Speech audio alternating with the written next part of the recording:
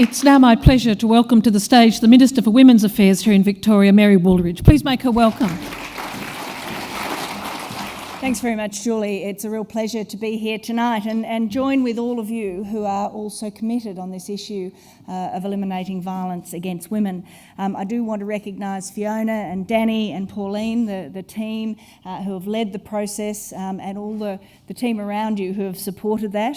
And of course, Sally as the sponsor. It's such an important role, and your words come to life when you hear about the story that you told us tonight, and I'm sure many of us have similar connections which keep us motivated on this issue.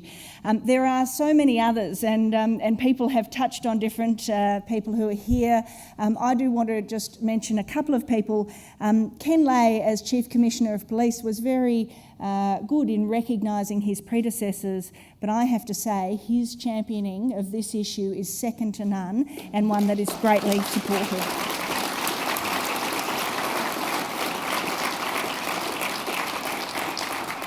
It's fantastic, of course, to have Ian Gray, to have Jennifer Coate as well. I also want to recognise Colleen Pearce as Public Advocate and Laurie Harkin as the Disability Services Commissioner, two people I work very closely on these and a whole range of very important issues. And of course, everyone here who is committed to these issues. I too want to also recognise the traditional owners who have loved and nurtured the land we meet on tonight for many, many hundreds of generations. So tonight we are recognising and rewarding excellence in reporting of violence against women across all forms of media: print, radio, TV, photography and online media. And I've got to say it's a real pleasure to be back. This is the second year I've actually been able to present these awards. And I'm very pleased we're actually in a bigger venue than we were last year, because there has been such a significant increase in interest as these awards gain momentum, and the reputation of these awards are growing as well. And in thinking about my words tonight, like Sally, you think to individual experiences that you have, and I want to tell you briefly about a visit I recently had to a primary school. And I was in a forum with Year 5 and Year 6s, and one child asked me if I preferred Kevin Rudd or Julia Gillard. Now, I try to always stay well away from political issues in schools, so I threw the question back to the children and asked them to vote on who they preferred out of the two, and then asked them to put up their hands if they'd like to explain why they had that view. And one young boy jumped up confidently and said that he supported Kevin Rudd. And the reason he supported Kevin Rudd is because he didn't think a woman should be Prime Minister. And I was absolutely amazed. As you can imagine, I tried to handle that very sensitively on the spot. But it was interesting because a teacher came up to me afterwards and apologised, and obviously that was out of her control. But she also said, and I think it was very telling, that she wasn't surprised that that young boy had said that because she knew his father. And I think that this is genuinely at the heart of the challenge that we have. And in many cases, the origins of the behaviour of those who are perpetuating violence are in deeply held and personal views about gender equality. And this is what we've got to address. They're embedded at an early age. They're reinforced by family behaviour, peer norms about what young people see in the media and what they experience in their sporting environments and the social environments that they are involved with. And I'm not saying for that young boy that that's a necessary outcome, but for me it was an example of some of the challenges we face, challenging the attitudes that are there. And when you look at some of the statistics in relation to this, the fact that still 1 in 5 men believe that domestic violence can be excused if it results in people getting so angry that they temporarily lose control.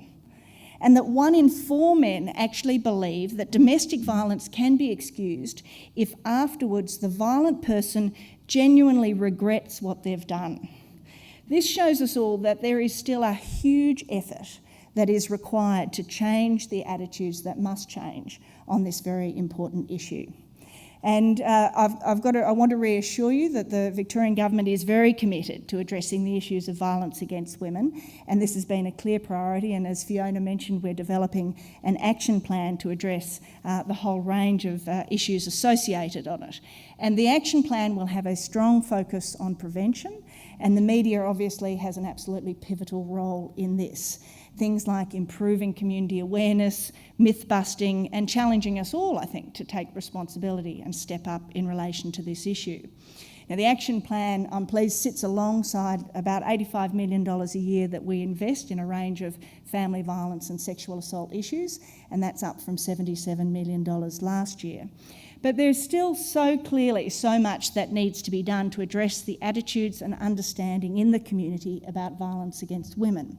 Attitudes that justify, excuse, minimalise, trivialise, or even blame the victim must be challenged. And attitudes that encourage the taking of responsibility, particularly by men who use violence, have to be applauded and championed. And in this, the media have a critical role to play, and good quality reporting can and does raise awareness, build community interest, and initiate action on this issue. Now, Vic Health do fantastic work in this area, and I'm very pleased Gerald's here tonight, but they've recently released a report just last month about the Victorian print media coverage of violence against women, which I found very interesting.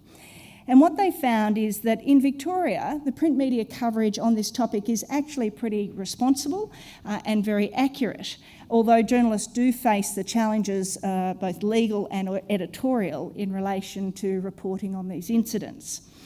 What they found is that there were very few examples of salacious coverage and very little shifting the blame away from perpetrators, so that was good news. But there were clearly some areas where there was opportunities for improvement, and I just wanted to touch on a few of them, as I think it's something we probably all can think about and take away. It's important not just to cover the individual incident, but also draw on what the implications are of that for wider societal context and wider patterns of violence against women. That was one of their first findings. Very simply, it's important that we should include information such as a phone number about victim services, because only about 2% of articles actually included that at the end. Now, when you think about our reporting on suicide, every article you read has, if you need help, call Lifeline at the end of it. And you could see something happening on the violence front, so people know where to go if the article or the report prompts them into action. That the reporting of the vast majority of violence against women is perpetuated by a partner or ex-partner, whereas most of the reporting is actually about stranger violence. So we're happy to talk about stranger violence, but it's not an equivalent amount of reporting about that violence within a relationship. And this flows on the issue of sexual assault, where the issue of rape by a partner or an ex-partner receives particularly little coverage. And it's always that's in that stranger context. So these are obviously really difficult issues, but I think there's a bit of a roadmap on the basis of the research that Vic Health has done about how we can continue to push forward in relation to what's needed. Clearly a challenge for all of us.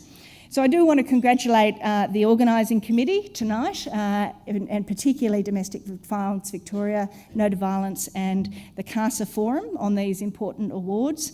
I have been incredibly impressed at the diversity of the entrants, and it's great to read the stories, and you will all hear them shortly as well.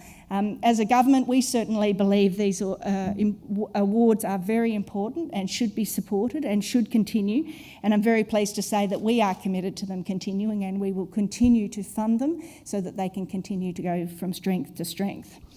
Thank you.